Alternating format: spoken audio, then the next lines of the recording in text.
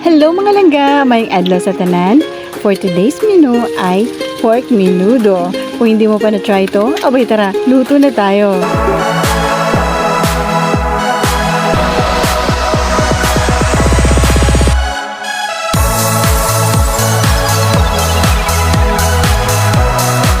Sa recipe na ito ay kailangan natin ng pork liver, pork, nakaminudo cut na yung mga langga, hotdog, patatas, bell pepper, carrots, green peas, kailangan natin ng ground pepper, sugar, raisins, bay leaves, pork broth cubes, kailangan din natin ng tomato sauce, tomato paste, soy sauce, garlic and onion mga langga.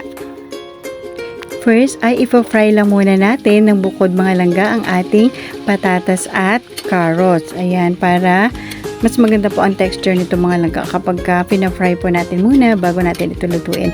At kapag ganyan na po yung itsura niya, ayan, hanguin na po natin at set aside muna natin ito mga langga.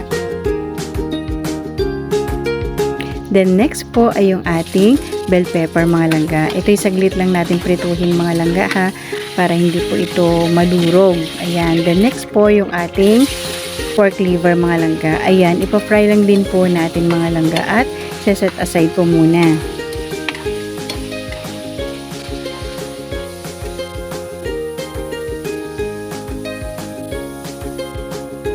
Then next po ay sa isang kawali ay magsusutay lang po tayo ng onion and garlic mga langga. At ang complete list ng recipe na to ay nasa dulo po ng ating video.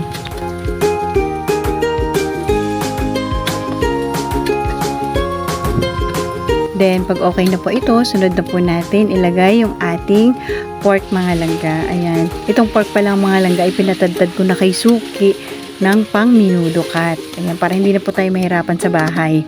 Then naglagay na po ako dyan ng paminta mga langga. Haluin lang po natin ito at takpan sandali hanggang sa magtubig na po yung ating pork. Ayan mga langga, as you can see, nagtubig na po ito. Ayan, patuyuin lang po natin ito mga langga ha. Then ayan, i-add na po natin itong ating tomato paste. Ayan, simutin lang po natin mga langga para wala pong masayang. Ayan, mekos-mekos lang po natin ito.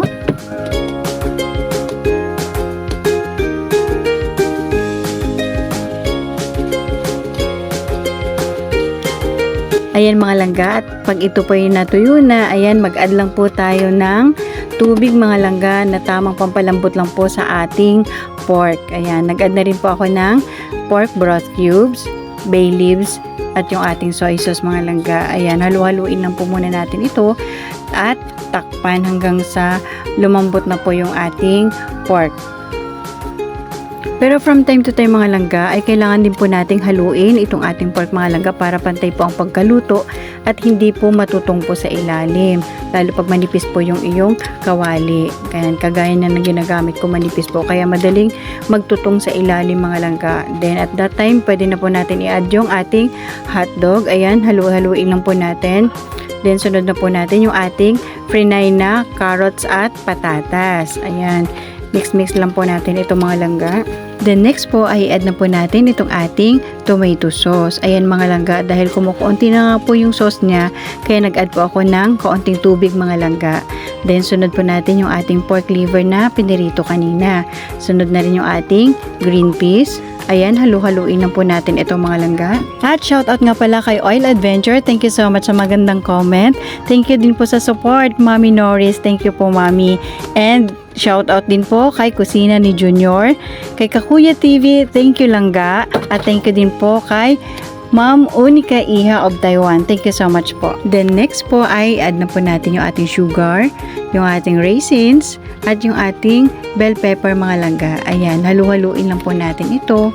Ayan, hayaan kumulo hanggang sa mag-reduce na po ang ating sauce mga langga.